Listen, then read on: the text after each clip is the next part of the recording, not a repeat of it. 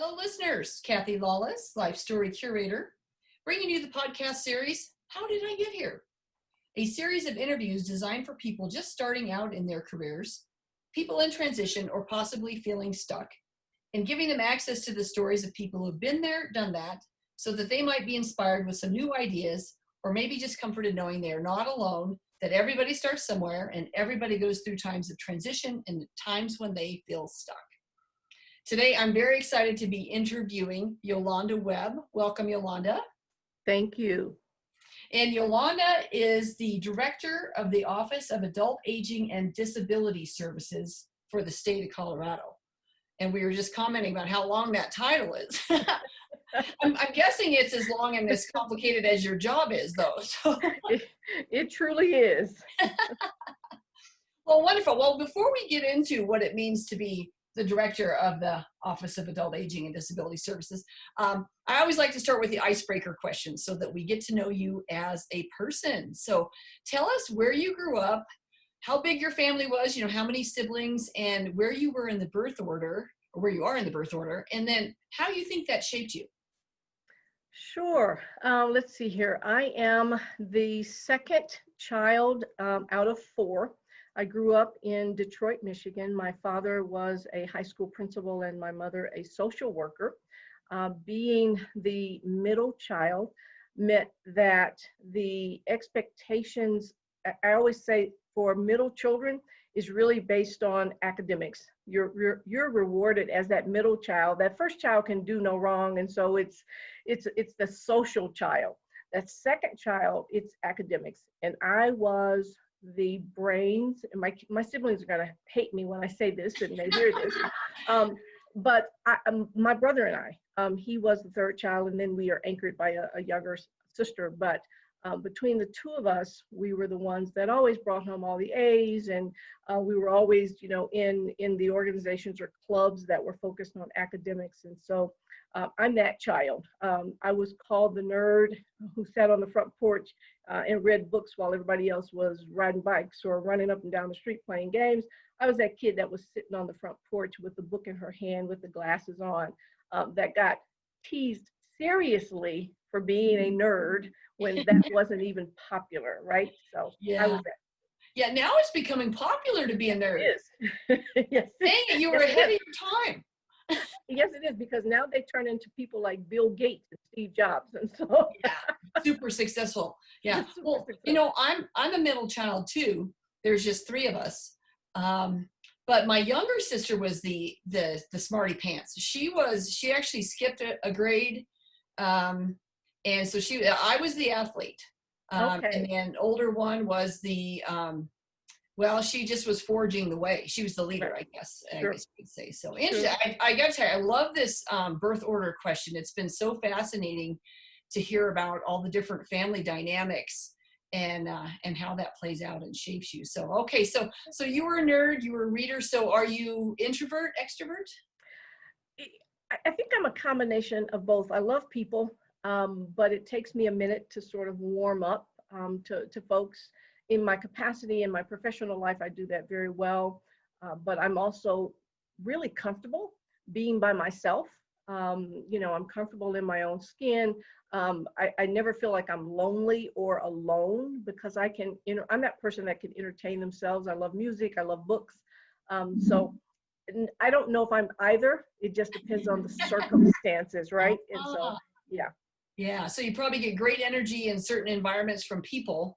It's your friends or maybe colleagues or someone you're super interested in. And then other times you're like, you know what, I just need a break. I do. That is absolutely me. Well, that's me too. And I found as a middle child, I'm kind of the middle of a lot of those personality tests. Do you find that too? I find that absolutely to be true. I really am. And so it's really contingent upon, I think, environment for me.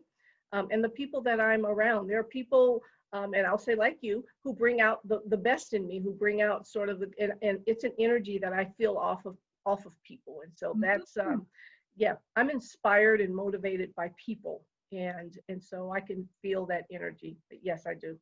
Oh, very cool. Even through Zooming, I know that's been hard, right? I think that's the hard part of the Zoom is that you don't have that personal contact, but at least we can see each other and yeah. Yeah, and even through Zoom, I think people exude a certain energy anyway, and I don't think technology takes that away from us.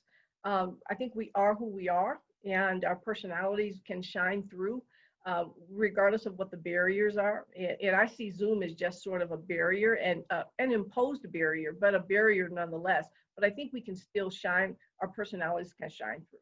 Yeah, yeah, very cool. Yeah, it's a barrier in a way, but then at the same time, look at what it's given us, right? If we had to Absolutely. do this all just via phone call and not see facial Yeah. expression, is so different. Yeah. If you grew Oh, up in the George Jetson era, you remember that this was actually something that they were doing when we were watching that cartoon way oh, back when. I totally forgot about George Yes, Jetson. My yes. sister and I, we were talking about cartoons last night, and anyway, George Jetson, I'm gonna have to bring. Oh man. This is exactly what they were doing. You know, the TV came down out of the Uh-huh. wherever it came from, and George would talk on it. And so this is absolutely, we've gotten there. Let me just say it that way.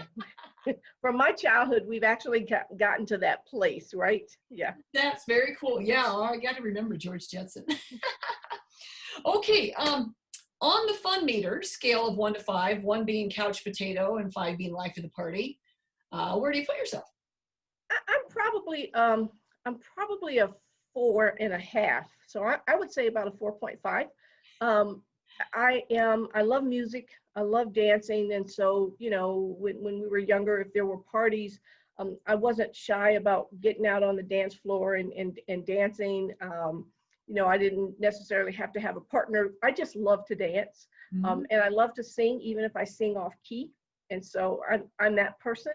I love what I used to do is host things called lunch and learns in my home, especially for younger women, because I think that's really crucial. And we do these potluck things, and I'd have them bring dishes over. I'm still doing that now, but via Zoom, Ah, hosting those right. On Wednesday nights, it's a group of women. We get together and we just motivate, inspire one another to succeed. wow, that's a great opportunity because you need to connect with colleagues, and well, that's kind of what this podcast is, right? Is you can hear other people's stories and you can relate and you go, oh, that hasn't happened to me, but something similar has, and that, oh, I wish I'd have, maybe handled it differently, or maybe now if it comes up for me, I have a different way to handle it. So, wow, very cool. Very cool. Okay, on the risk meter scale of 1 to 5, 1 being low, 5 high, where are you on taking risks? Well, let me put it this way. When bungee jumping was all the rage, I bungee jumped. Now, I Ah, will tell you that as they were hoisting me up, you know, they strap you in and you're hoisted up on this crane thing, and you stand up there on the side of a mountain looking out over it all the water. And if you look down on the other side, the people look virtually like ants. Um, I cried all the way up there, and it took me 20 minutes to jump. And they kept saying, ma'am, you need to jump.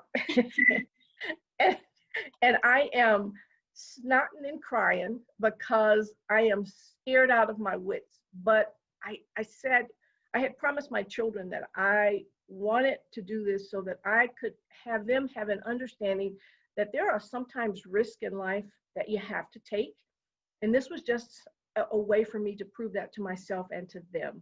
And I took that risk, and I closed my eyes and I leaped off of the side of that mountain. And all I can remember is that rubber band snatching me back up and my sort of dangling around, but saying to myself, I did it. And so I am a risk taker. I've, had the opportunity to live around the world. I moved to Denver by myself, didn't know a soul here, just on the fact that this was a risk that I could take on myself. And so here I am. And so I am absolutely a risk taker. I love facing the unknown. well, should we put you like at a 7? We're at 10 on the scale of 5. Wow. Wow. Well, I admire. Congratulations on taking that leap. I, as you were telling that story, my first thought was, well, why are you going up this crane if it's so fearful for you? But I could tell you needed to overcome it, right? You I needed did. to kind of, It was absolutely, it was a challenge. for me. It was, during the height of the bungee jump craze, and it was something that I said to myself, I really want to do this. And there were a group of us, probably 10 or 15 of us in the group that decided that we were going to make this happen for ourselves. And there were about 7 men and probably 7 women. And out of the 7 women, only 2 of us as women, once we got out there, once we saw this thing, decided that we wanted to do it. And I was one of the 2. And it will tell you, she went up, no tears, just fearless, and leaped off of the side of this mountain. And I thought, never in my life, but I really wanted to make that happen. And so it was really about overcoming the things that I was afraid of.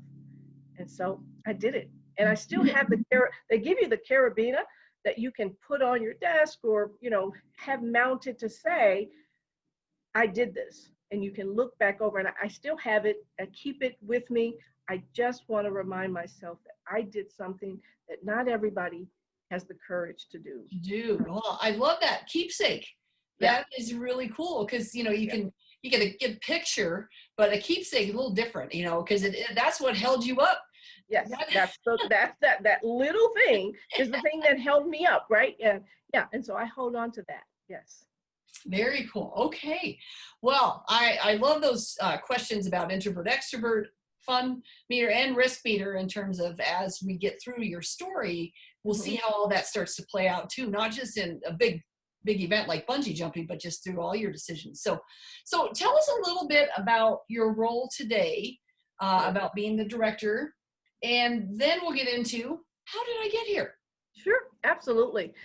In my role as the director for the Office of Adult Aging and Disability Services, I oversee the state's Veterans Community Living Centers, our division of regional centers, which serve individuals with developmental disabilities.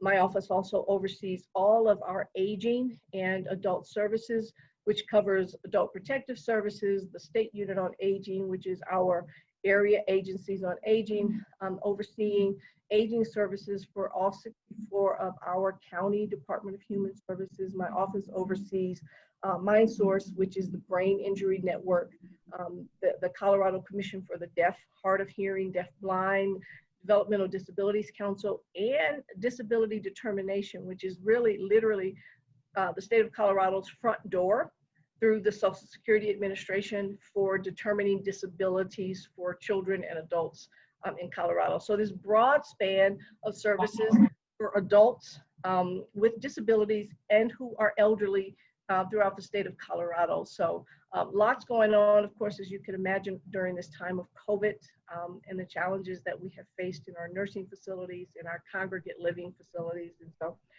that's my job. I say that's my everyday job. On the other side of that, I'm a serial entrepreneur.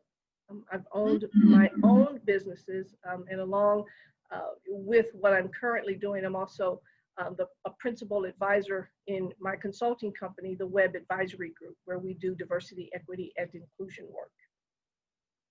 Wow. So really you've got 2 hats there. You've got, like you said, your day job, and then you're a serial entrepreneur. Well, it's interesting as a serial entrepreneur that you're working in a state government. Usually, serial entrepreneurs are very much in that space and not in a government space, which is such a different space to be in. So give me a sense, how many employees you rattled off so many different groups that you're helping. Is there an agency under each one of those? And there is absolutely a different business unit or agency that operates under each one of those. My office oversees about 1,500 employees with an operating budget of about $214 million annually in state revenue, general fund revenue, federal funds, grants, and donations. And so a very large department within the Colorado Department of Human Services.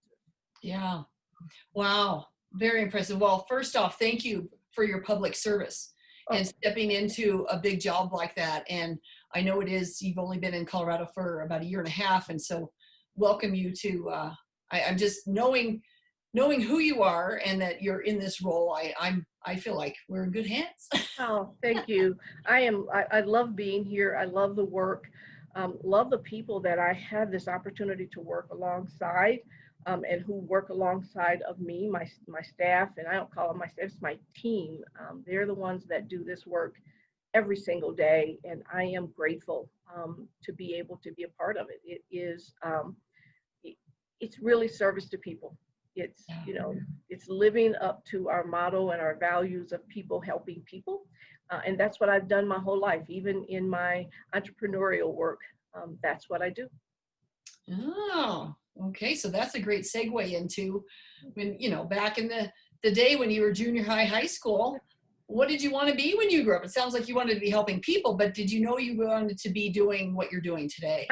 I didn't. As I said, you know, my parents, my dad was a high school principal, my mother a social worker. And so it was interesting because that was during the time when you still did home visits. And so my mother would take us with her, my older sister and I, with her on her home visits. And she would say, I want you to understand how lucky you are, how well off you are. And so we would go into some of these homes and I would see, unfortunately, how people lived. I would also see people that abuse the system, you know, but I would also see on the other side of that people who really desperately needed services and supports. And so I grew up with that, but I also grew up with, you know, my dad, who understood that the key to being able to really help people was to have the knowledge and the wisdom to do so. And so, no, I didn't really know what I wanted to be. My first job was in retail. And what I have always known, Kathy, is that I wanted to understand what made us tick as human beings. You know, even in the retail space, why do we buy what we buy? Why do we shop the way we do? But from a more global perspective of human behavior, I wanted to understand our humanity, who we are, and the things that drive us, the things that drive our collective consciousness, but the things that drive our disparities and the things that keep us apart.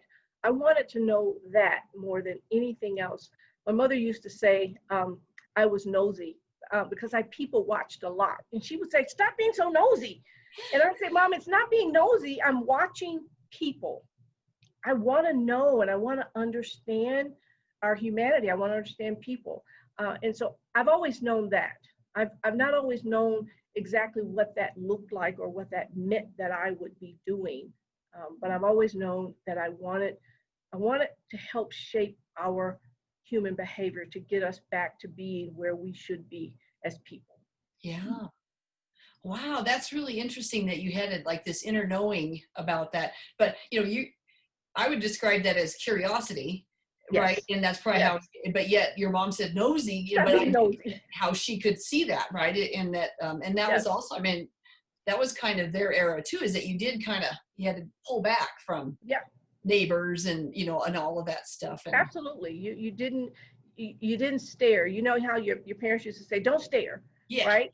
And it was for her, that's what it was. And I would say, I'm not staring, I'm learning, I'm watching people. And, you know, and she always credited me for being wise beyond my years. She used to tell me all the time, you have an old soul. And I do, you know, because I think a lot about people, about us as people on the planet, about how we can be better and evolve to have the kind of world that we want to have. And so I think a lot about that. Wow. So what, did you end up going to college out of high school? And I did. Went to college, went to a historically Black college and university, Tennessee State in Nashville. Graduated with a bachelor's in both criminal justice and psychology. And I will tell you that the only reason that I had no intentions of ever going into criminal justice, understand, but once I got there, my undergrad degree was to be in hospital administration. They eliminated the hospital administration program and said, you got to pick a major. Well, I didn't want to change schools. My sister was at this school. I had become the first freshman majorette, which is a huge thing in a historically Black college and university, because normally that's upperclassmen. And I was the first who, as an incoming freshman, had sort of made the squad, because that was unheard of. And I didn't want to leave. So I chose what I knew off of this list that they gave me. They said, you have to declare a major. Okay, criminal justice. I knew nothing about criminal justice and psychology. I'm going to take psychology because I think that's the study of human behavior. And so away I went to study human behavior, and then went on to get my master's in humanities and theology. So always sort of in that space of wanting to understand us as human beings. Yeah, I see that. I see that. And then probably as you got into those classes, that helped you shape then, well, what do you want your master's in, right? And then you were maybe a little bit more intentional about how you picked those. I was. Okay, I just got to pick something. Right. It was no longer, you just got to pick something. It was really directed towards, how do I get to this level of understanding who we are as people, which drove my master's in humanities and theology. Oh, wow. Fascinating. So then were you working as you were going to school, or how, did you have a kind of a career started, or I guess maybe just a job? I did. As an undergrad, I came out in my very first my real job coming out was with the old Service Merchandise. I don't know if you remember Service Merchandise. It was a national jewelry retailer, and Oh, I started. Yeah. They did crystal and all kinds of, and I started in their distribution center, and quickly was promoted into transportation, and then into a buyer position, which was really interesting for me, because again, here's retail, and I really want to understand what drives us to make the choices that we do. And so use that in that space, and shortly thereafter married my college sweetheart, and he was military. So that upended my career, had to do a sort of career shift and pivot as we traveled around the country and the globe. Ended up in Misawa, Japan, and was chosen to be the executive director for the international school, which was pre-K through 5th grade. I hadn't been in the education space before then, but again, it was just a challenge for me. They needed someone to step into the role. The woman who had been in the role, her husband was military, so they were transitioning out. I had gone in to apply just to work part-time and was offered this job. Right time, right place. Right. Okay. Took the role and was really there for about 4.5 years before my husband was transitioned back to the States. Coming back to the States, took that experience and became a 5th grade teacher. And I tell everybody, I was still young enough then. I had 2 small children, toddlers at the time. My youngest child was actually born in Japan, but took that opportunity to become a teacher in San Antonio, Texas, which is where he was stationed in Texas, and taught 5th grade for about a year and realized this isn't for me. I can't do this. And so went to what was then known as the San Antonio State School, which was the institution for people with developmental disabilities. This was long before group homes. This was long before deinstitutionalization, where everybody lived in large institutions and congregate settings. And I remember going in for the interview with the psychologist who was going to interview me for a behavior specialist. And so this is really literally segue my whole career of the study of human behavior. And as I was walking through the dorm, there was lots of erratic and challenging behaviors. And in the midst of it all, I'm walking through it and talking with the residents that live there. And by the time I got to the end of the hall, she looks at me and she says, you have the job because you weren't afraid of the folks, you interacted with them. So she watched my behavior. Right. And I learned a lot from her. And so I had that role for about 5 years before my husband was transferred again, military. And people say, you worked in a lot of different places. When you're married into the military, you move around a lot. And so we were then transferred to Ohio. And interestingly enough, I became a behavior specialist for the county's developmental disabilities program in Cincinnati, Ohio, well, in Montgomery County, Ohio, which is Dayton. and worked in that role for quite a while, helped actually write some of the state rules around how you treat children in classrooms that have developmental disabilities. We were at that point moving kids from segregated classrooms into normal, regular classrooms in public schools. So was able to help a lot of, write some of the behavior intervention laws for the state of Ohio, and how you worked with children in those classroom settings. And I'm at a conference one day, and the superintendent for the Hamilton County Board of Developmental Disabilities asked me, he said, "Don't you live in Cincinnati and work in Dayton?" And I said, "Sure." He said, "Well, I'm going to make you an offer you can't refuse." And he did. He did. He literally made me a job offer on the spot to take a job in Cincinnati that was 2 blocks from my house and a block from my children's school. Wow. Yeah. And it was interesting because he went on to become one of my greatest mentors and supporters and advocates in the work that I do.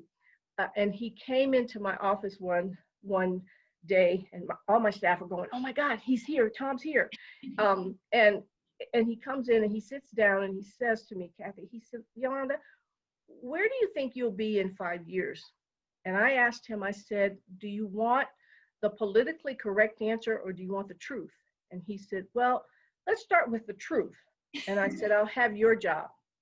And he said, "You know what? I think you're right." And he began to mentor me in order for me to become a superintendent in the state of Ohio. And I was one of the first folks that went through what was then known as the superintendent's leadership class. They were really looking for diverse candidates to go through the superintendent's leadership program in the state of Ohio. And I was one of the first folks to graduate from that superintendent's leadership program.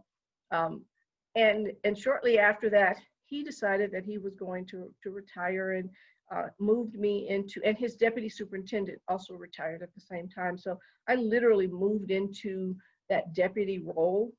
And they hired a superintendent. Unfortunately, she and I did not get along at all. We did not see eye to eye. And I chose to make my exit. That was when I became an entrepreneur for the very first time. Ah, yeah. Isn't it interesting how who you work for matters so much, right? And if you have that connection and that alignment, the places you can go, right? And, absolutely. But when it doesn't work, you got to go. Yeah. Yeah. One of you's got to go, right? And it's usually not going to be the boss. Well, and I think you learn as you are, for anybody that's younger and starting out, you understand that the job doesn't have to be your life. You have options, and you can, in that case, I certainly could have stayed and been miserable. Mm-hmm. But I made the choice that my happiness, my peace meant more than a job. And so, for me, it was, I could either continue to be miserable and bring that misery home to my children, my family, or I could find something that made me happy and do that. Yeah. So how was that stepping into entrepreneur, but also how was it, I guess, leaving, because sometimes, we tend to stick around and go, well, I'm not going to let, her get the best of me or him get the best of me. And you know what I mean? You kind of dig in and go, well, I can wait them out. And let me tell you, that was probably my first thought, was I can wait her out. But the more miserable I became, I actually I took that time and I said to myself, well, while I'm here, let me work on something that I think I really want to do in my heart and soul. And it was this business that I was creating at the time in our country was, on stations like Black Entertainment Television, which is BET, and on HBO and MTV, were these caricatures of what it meant to be a Black woman, a young Black woman in the country, and it was associated with rap music. And the images for me were horrible because I had a teenage daughter, and I'm saying she doesn't act like that, she doesn't dress like that. And I wanted to change the image in the marketplace. Again, human behavior. I needed to shape the narrative of what it meant to be young gifted and Black in America. And so I started crafting in that environment that I was in that was miserable, this business plan. And this business plan led me to create Elan Cosmetics, which was a cosmetics line. I had no intention of this taking off. I just wanted to reshape the narrative and maybe open a small store, which I did in Cincinnati, a small boutique store. I had been on Rodeo Drive, so I had in my head what this boutique needed to look like. And so even in that environment, something good came out of that. And so I didn't waste that time of being miserable and feeling sorry for myself. What I wanted to do was then turn that energy into something more productive and positive. And so I created this beauty line called Elan. And you know, we're doing okay. You know, we were open. We had a full cosmetics line, and one day I get a call, and it's Macy's department stores. And if you know, Macy's headquarters is in Cincinnati. And most people didn't know that, but Macy's headquarters is in Cincinnati. And my daughter answers the phone, and they say, you know, Macy's department stores, we want to have a conversation with the owner. And my daughter's like, Mom, it's Macy's. And so in that conversation, they said, you know, we've heard a lot about your brand. We've even sent some folks in to test your brand, and we'd like to have a conversation with you. And I said, okay. And what they wanted was for me to do a couple of trials through their store. We set up to have counter space. Again, Kathy, I knew nothing really about retail other than when I worked at, you know, JCPenney's when I was in high school, right? But again, for me, it was about how then do I market this from this narrative that I created for young Black women to expand this to all women of color. And so we went into that space, we went into Macy's. They said, here's what we want, here's the expectation. Over a 3-day weekend, you need to hit X dollars amount at the door. They call it a door. Your counter is called a door. And this is what you need to do. I didn't even have staff. It was my daughter and I. I called everybody I knew, including my mother, who didn't wear makeup, and said, I need your help to man this counters, right? I bought matching smocks for everybody. I had my cosmeceutical company ramp up production of my product line and get product to us. And one day in August, over a 3-day weekend, we hit the shelves in Macy's department stores, wedged between MAC and Estee Lauder. And I'm thinking, we're gonna get killed. But we didn't. We exceeded the expectation by 250%. Wow. Wow. Macy's, I got to take that in. That is, well, think how unique, and you were the first, right? And I was actually the second African-American beauty line to go into Macy's department stores. Wow. And then you here's our expectation. Oh, wait, two and a half times that. 2.5 times that. And so they didn't believe me. They were like, well, maybe you called up everybody you knew. And I said to them, I literally said to them in a meeting, if I called everybody I knew to do this, I don't need you. I mean, let's think about that. But they wanted to see if I could replicate that success. And so, again, called up everybody I knew, talked to my manufacturer. But this time I went to the mall because, again, I'm a student in human behavior. I went to the mall, the folks that own the mall, and I said, here's what I did for you the last time, because people didn't just come to my counter in Macy's. They went throughout Macy's and they went throughout the mall. And the mall looked at their numbers and said, you're absolutely right. So we're going to get behind you 100%. They did all of my advertising for me. I didn't need to do any of that. The mall took that on. And they said, the mall owner said, we got you. We're going to do this for you. Again, a 3-day weekend. We repeated it, I think, October. We exceeded the expectation by 450%. Oh my God. Blew the door even more. Yeah, we did. The lines were so long to get into the store to buy the products that the mall literally put chairs out for people to wait. in these chairs as the lines were sort of snaking through the store. But what I got out of it was a simple line that a customer said to me when she was in the store. She said, I finally made my way up here. She said, let me tell you why I'm here. When I see me, I buy me. And that for me, again, human behavior said in the marketplace, if I don't see a representation of me, and and not to disparage any of the other cosmetics lines during that time, but they were all using rappers and all entertainers. People didn't see themselves that way.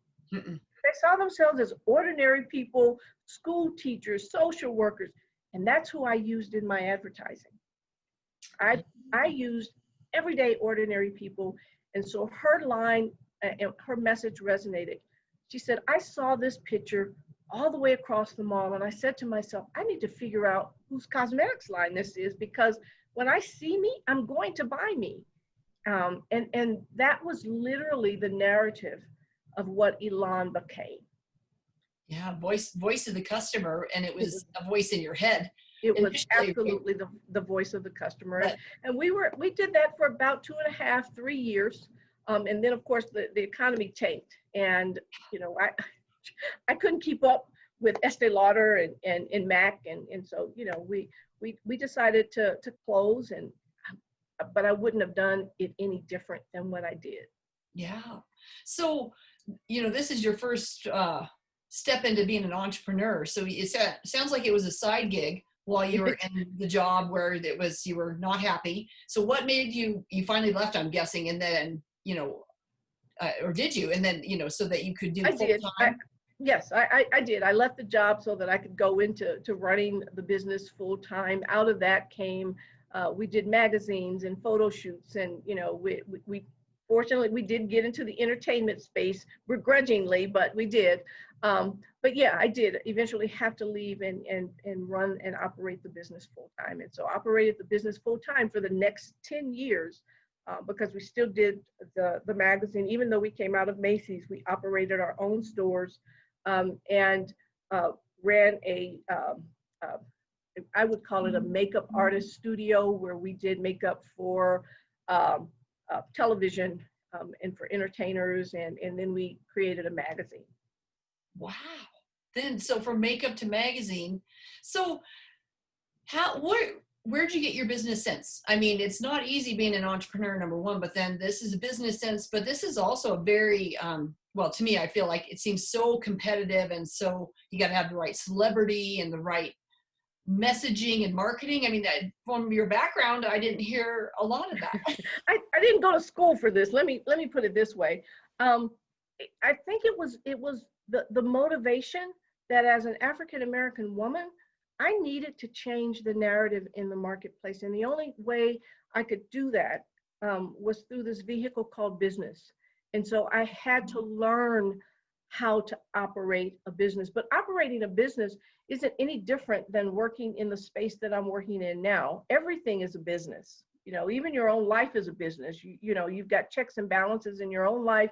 You've got income, revenue, you've got expenses and expenditures. It's all a business. And so I took what I knew about life and applied it to this business, to operate this business. And I used to say that to my staff.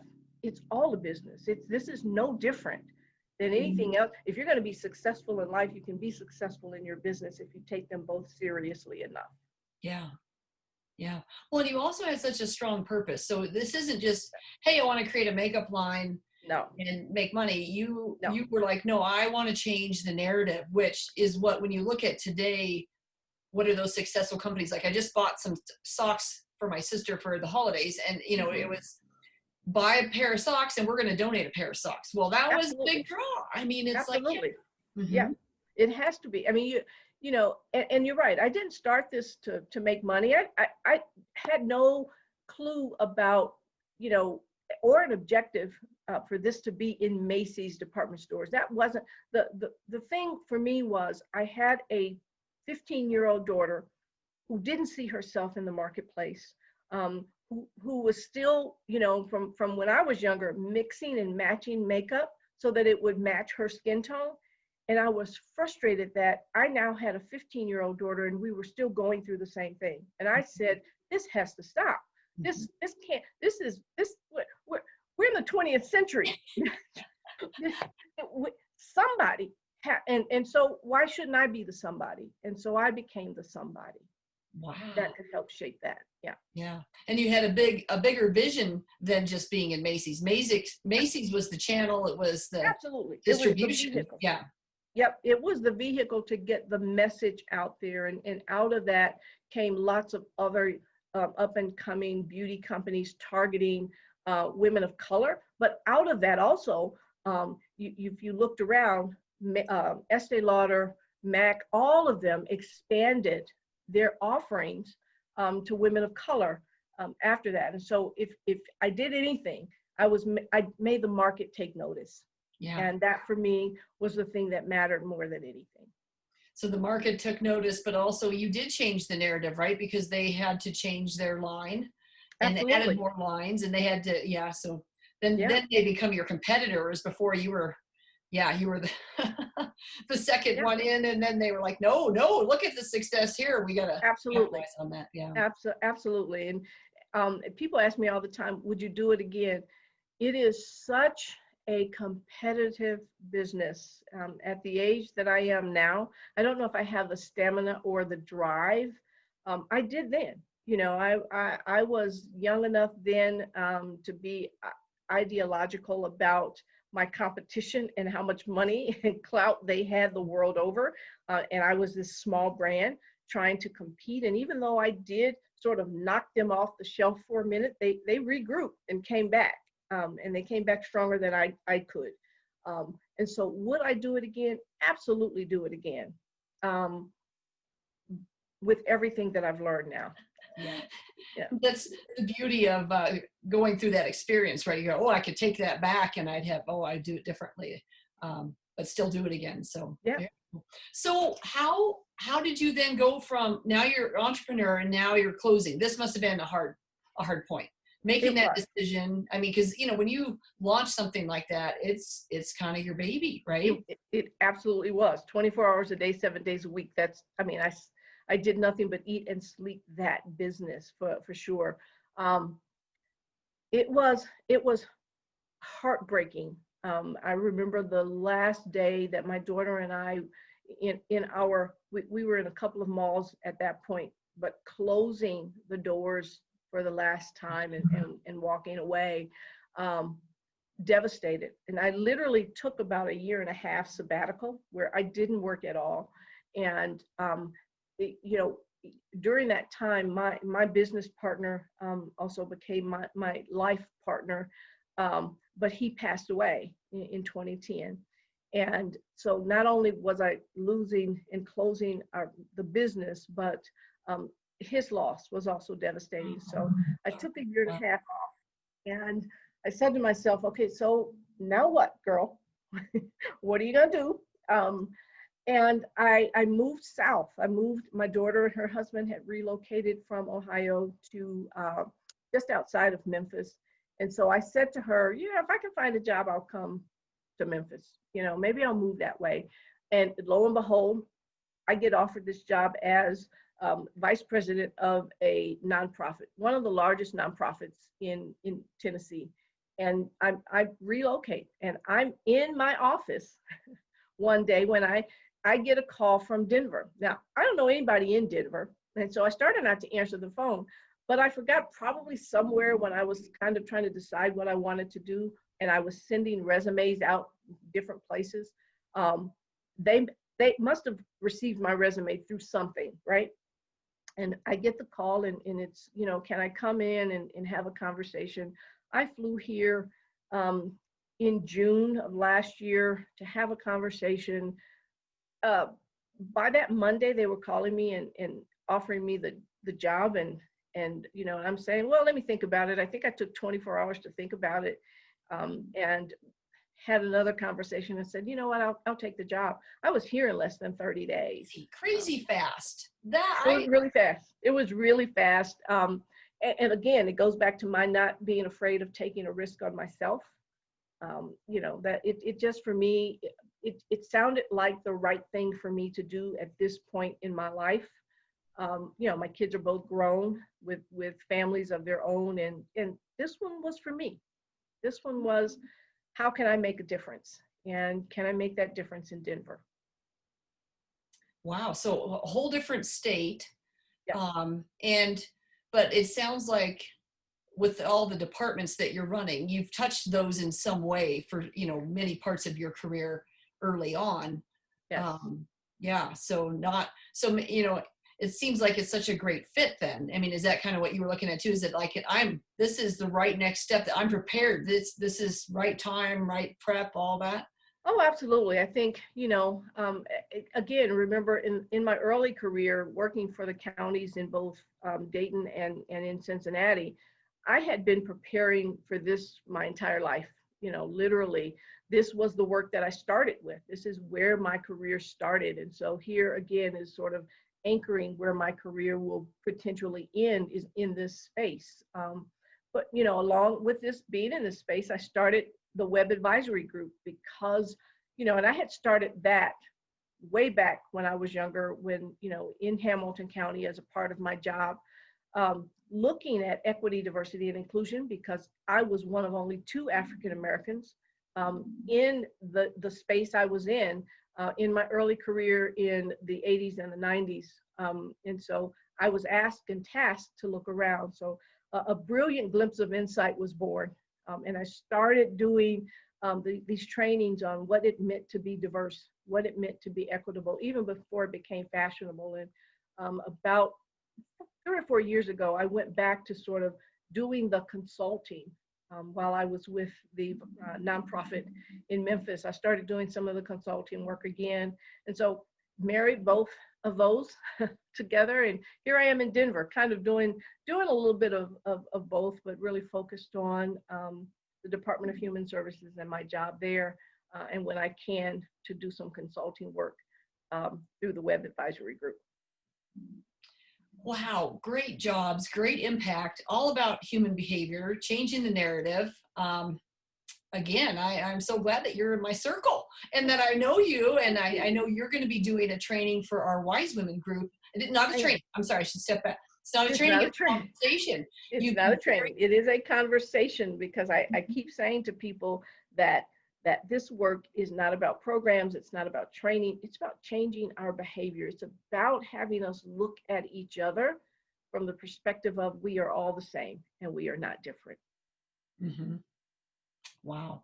Well, Yolanda, I have so many questions, but we do need to start wrapping up here. But I thank you for sharing all of that. And wow, this has been fascinating. I've heard some of this in your intros as we've crossed paths in our networking group and our Wise Women group. And but anyway, to go deep now, it's been really, really fascinating. So as we wrap up, tell us, what do you think has served you best over the years? It could be a habit, a discipline, maybe something you heard, or a strength? What do you think has served you best? I think the thing that has served me best, Kathy, is understanding that none of us are perfect, that, we're going to make mistakes along the way. One of my favorite quotes is from, and I'm going to read it because it's absolutely my favorite quote in all the world, and I live by it every day, and it comes from Marianne Williamson's A Return to Love, her book that's based on the work of in A Course of Miracles. And it says, "Our deepest fear is not that we are inadequate. Our deepest fear is that we are powerful beyond measure. It is our light, not our darkness, that most frightens us. We ask ourselves, who am I to be brilliant, gorgeous, talented, fabulous? Actually, who are you not to be? You are a child of God. Your playing small doesn't serve the world. There's nothing enlightened about shrinking so that other people won't feel insecure around you. We are all meant to shine as children do." My favorite quote in the whole world. I love it. Goosebumps. I got goosebumps. I've heard that before, but I love the reminder, and I love the context of what we're talking about here. And I don't know that I have heard it as complete as that. I usually hear only parts. Yeah, So you have to have the whole piece, and now we have the source, and yeah. So thank you. Thank you. you're welcome. This has been enjoyable. Thank you for having me.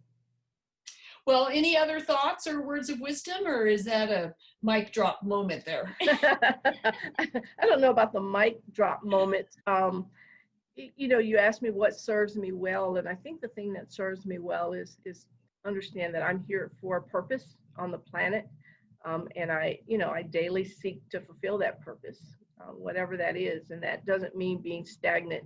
It means knowing and learning and wanting to embrace the world around me. So that's who I am. Back to that curious nature. That curious nature. Wow. Yes. Well, I want to thank you so much.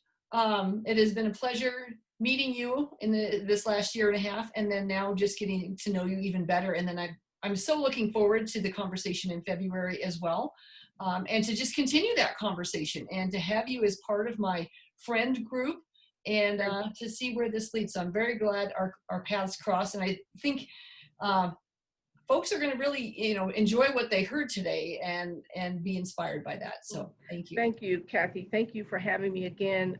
This has been enjoyable. I have loved my time with Wise Women. I have learned so much, and I am grateful for having been embraced to be a part of this wonderful group. So thank you very much. And thank all of the Wise Women for embracing me and bringing me into their conversations. Very cool. It's a great group, and one that continues to grow as we expand our group. So very cool. Yeah.